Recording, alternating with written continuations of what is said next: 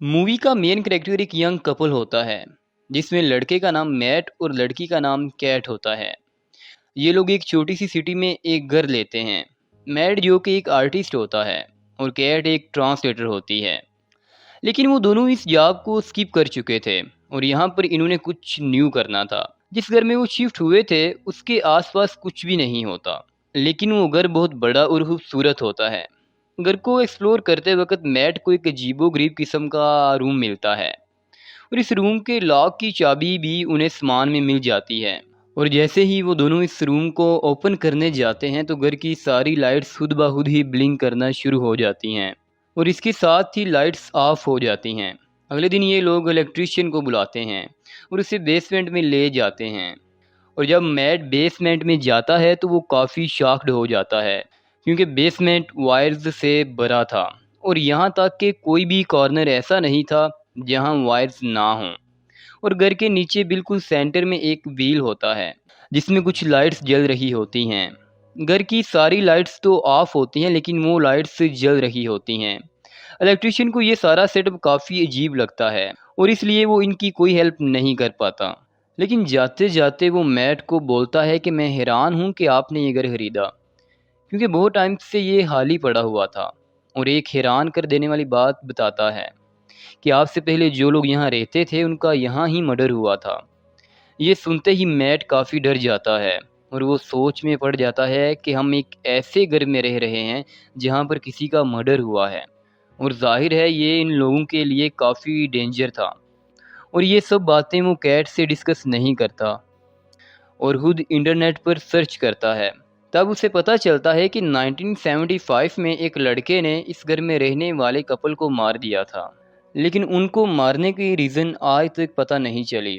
और इसके बाद इस लड़के को मेंटल हॉस्पिटल भेज दिया जाता है। इन सब बातों के बाद मैट एक लैंप लेकर अकेला ही इस रूम में बैठा होता है और वो विश करता है कि काश मेरे पास एक ड्रिंक की बॉटल हो। और तब उसके पास पड़ा लैंप ब्लिंक करता है और कुछ देर के लिए लाइट चली जाती है। और जब लाइट आती है तब उसके सामने वाइन की एक बॉटल पड़ी होती है, जिसे देखकर वो काफ़ी डर जाता है कि ये कैसे हुआ। और वो बॉटल भी एग्जैक्टली उसकी बॉटल की तरह ही होती है। नेक्स्ट मॉर्निंग केट जब उठती है तो वो देखती है कि घर की सारी लाइट्स ब्लिंक हो रही हैं और वो मैट से मिलने के लिए उसके रूम में जाती है।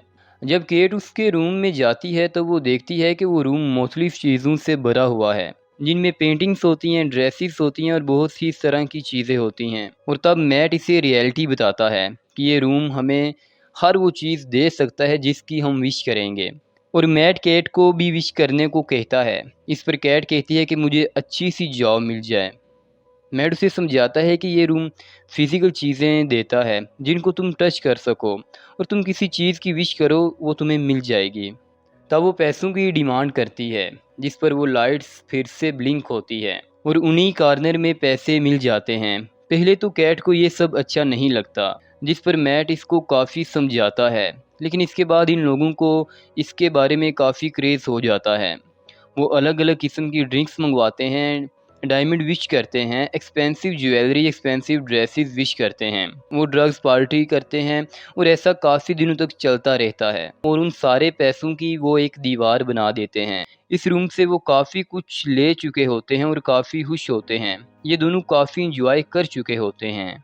लेकिन अब इस रूम के ख़त्म होने का वक़्त आ गया होता है, जिस पर कैट काफ़ी परेशान रहने लग जाती है और मैट इसे फैमिली प्लानिंग के लिए ट्राई करने को कहता है। लेकिन इस बात पर कैट राज़ी नहीं होती क्योंकि इससे पहले भी 2 बार इसका मिसकैरेज हो चुका था। इन दोनों में काफ़ी बहस होती है। तब मैट फ्रेश एयर लेने के लिए घर से बाहर चला जाता है और केट उदास होकर घर ही बैठी रहती है। उसके दिमाग में एक अजीब सा आइडिया आता है। वो इस रूम में जाकर बच्चे की विश कर देती है, जिसके बदले में उसको फ़ौरन बच्चा मिल जाता है। जब मैट घर आता है तो इस बच्चे को रोता हुए देखकर काफ़ी परेशान हो जाता है और कैट पर शाउट करता है और बोलता है कि हमने सिर्फ चीज़ों को विश करना था, इंसानों को तो नहीं। ये तुमने क्या किया और इसका अंजाम क्या हो सकता है। वो दोनों काफ़ी इमोशनल और वीक हो चुके थे और बच्चे को दोबारा गायब भी तो नहीं थे कर सकते। मैट इस घर में कत्ल होने वाले लोगों के आर्टिकल इंटरनेट पर देखता है कि किलर का नाम जॉन डुई था और इसी रूम के ही कहने पर जॉन डी ने इनको मारा था। वो इस किलर से मिलने मेंटल हॉस्पिटल में चला जाता है। मैट जब वहाँ पर पहुँचता है तो तब जॉन डुई को पता चलता है कि ये लोग इस घर में रह रहे हैं, जिस पर वो कहता है कि जितना जल्दी पॉसिबल हो सके इस घर को छोड़कर चले जाओ। घर वापस जाते हुए मैट अपनी गाड़ी में पेट्रोल डलवाता है और जब वो अपनी पॉकेट में हाथ डालता है तब वो देखता है कि उसके पास पैसे नहीं हैं बल्कि मट्टी है।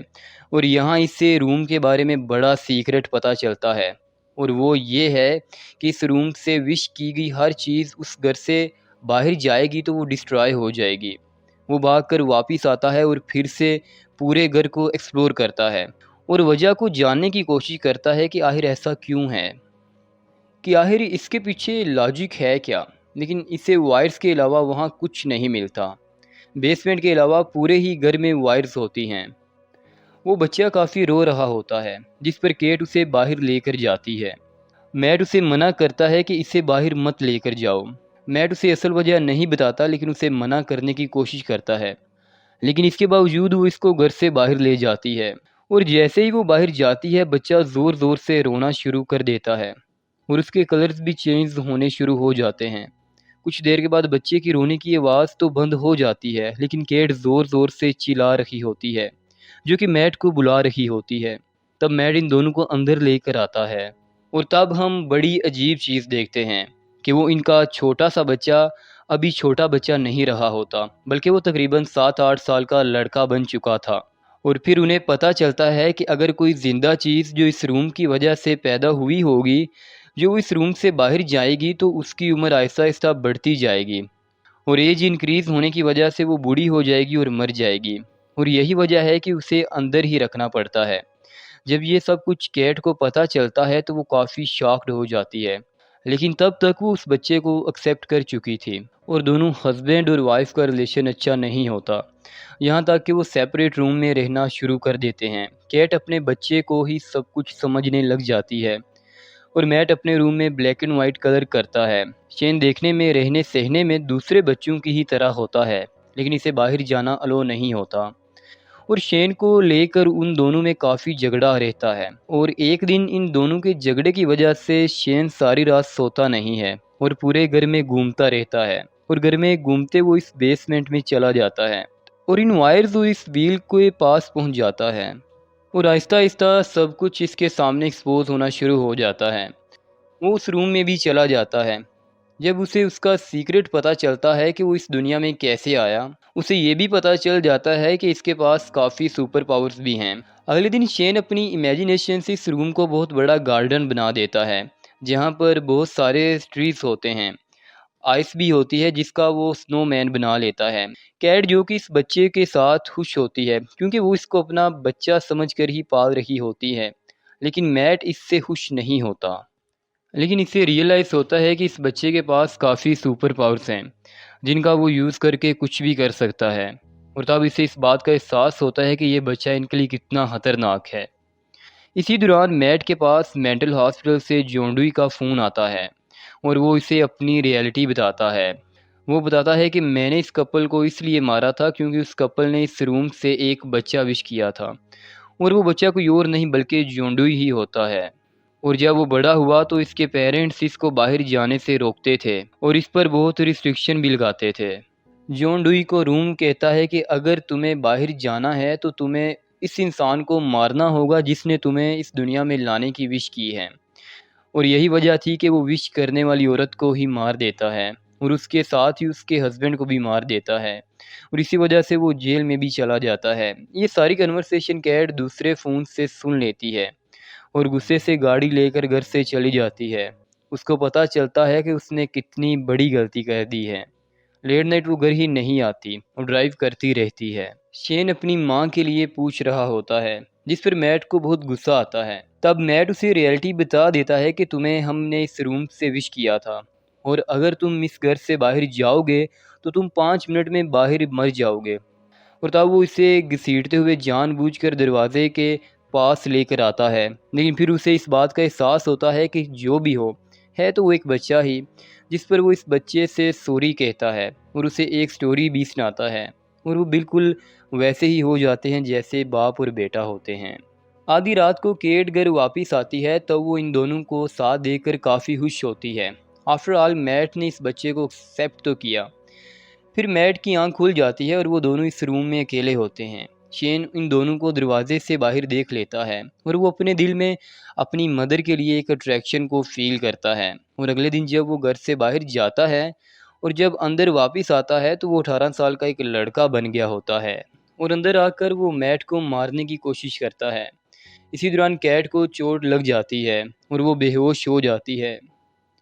जब कैट होश में आती है तब मैट उसे बताता है कि हम दोनों के दरमियान फ़ाइट हुई थी और उसी दौरान वो मर गया है। और ये सुनकर कैट काफ़ी दुखी हो जाती है कि कुछ दिनों के लिए हमें बच्चा मिला था और अब वो भी चला गया है। कैट उसे कहती है कि मैं इस जगह पर नहीं रहना चाहती, मैं यहाँ से कहीं दूर जाना चाहती हूँ। तब मैट उसे कहता है कि हमारे पास इतने पैसे नहीं हैं और सबसे बड़ी बात यह कि हमें यहाँ सरवाइव करने के लिए सब कुछ मिल सकता है। कैट को इस बात का एहसास होता है कि मैट का बिहेवियर बदलता जा रहा है और वो काफ़ी अजीबोगरीब होता चला जा रहा है। और देखते ही देखते वो इसके साथ ज़बरदस्ती भी करने लग जाता है। और तब पता चलता है कि वो मैट नहीं बल्कि शेन है, जो कि एक आदमी बन चुका था। और वो मैट इसलिए बना था क्योंकि वो केट को पसंद करने लगा था और उसके साथ सोना चाहता था। और शेन इस रूम को कन्वर्ट करके अपने रूम जैसा ही बना लेता है, जैसे उनका घर था। कैट जो कि बेहोश होती है, शेन उसको उठाकर इसी रूम में लेकर जाता है। मैट जो कि बेहोश होता है, उसकी आंख खुलती है और वो पूरे घर में उन दोनों को ढूंढता है। लेकिन इसके बावजूद वो दोनों इसको कहीं नहीं मिलते और यहाँ तक कि वो रूम भी लॉक होता है और उसके साथ वाली दीवार में वो बहुत बड़ा होल करके अंदर चला जाता है। और वहाँ से उसे बहुत सारी वायर्स मिलती हैं जिन्हें वो हटाकर उस दीवार की दूसरी साइड पर चला जाता है और उसे वहाँ अपने घर जैसा ही सब कुछ नज़र आता है। तब मैट समझ जाता है कि ये सब कुछ शेन ने किया है। और तब कैट के सामने दो दो मैट आ जाते हैं जिस पर वो काफ़ी कंफ्यूज हो जाती है और यहाँ पर वो शेन को बुलाती है, जिस पर वो रिस्पॉन्स करता है। तब उसे पता चल जाता है कि असली मैट कौन है और शेन कौन है। और कैट मैट को लेकर वहाँ से भागने लगती है, लेकिन वो सब कुछ शेन की पावर से हो रहा था। वो पूरे घर का सेटअप चेंज करना शुरू कर देता है और उन्हें भागने का कोई रास्ता नहीं मिलता। असली मैट और केट घर से बाहर भाग रहे होते हैं जिस पर शेन भी इनका पीछा करता है। लेकिन तब तक वो इस दीवार को पार करके असली घर में आ जाते हैं और उनके पीछे पीछे शेन भी असली घर में आ जाता है। और तभी मैट इसको खींचकर घर से बाहर लाता है और इसी टाइम केट दरवाज़ा बंद कर देती है। काफ़ी देर बाहर रहने की वजह से उसकी उम्र बढ़ती चली जाती है और वो एक ओल्ड मैन बनकर वहीं मर जाता है। इस सब के बाद वो इस घर को छोड़कर दोबारा से अपनी ज़िंदगी में हंसी खुशी रहने लग जाते हैं। दोस्तों, अगर वीडियो पसंद आई है तो कमेंट्स करके अपनी राय का इजहार ज़रूर करें।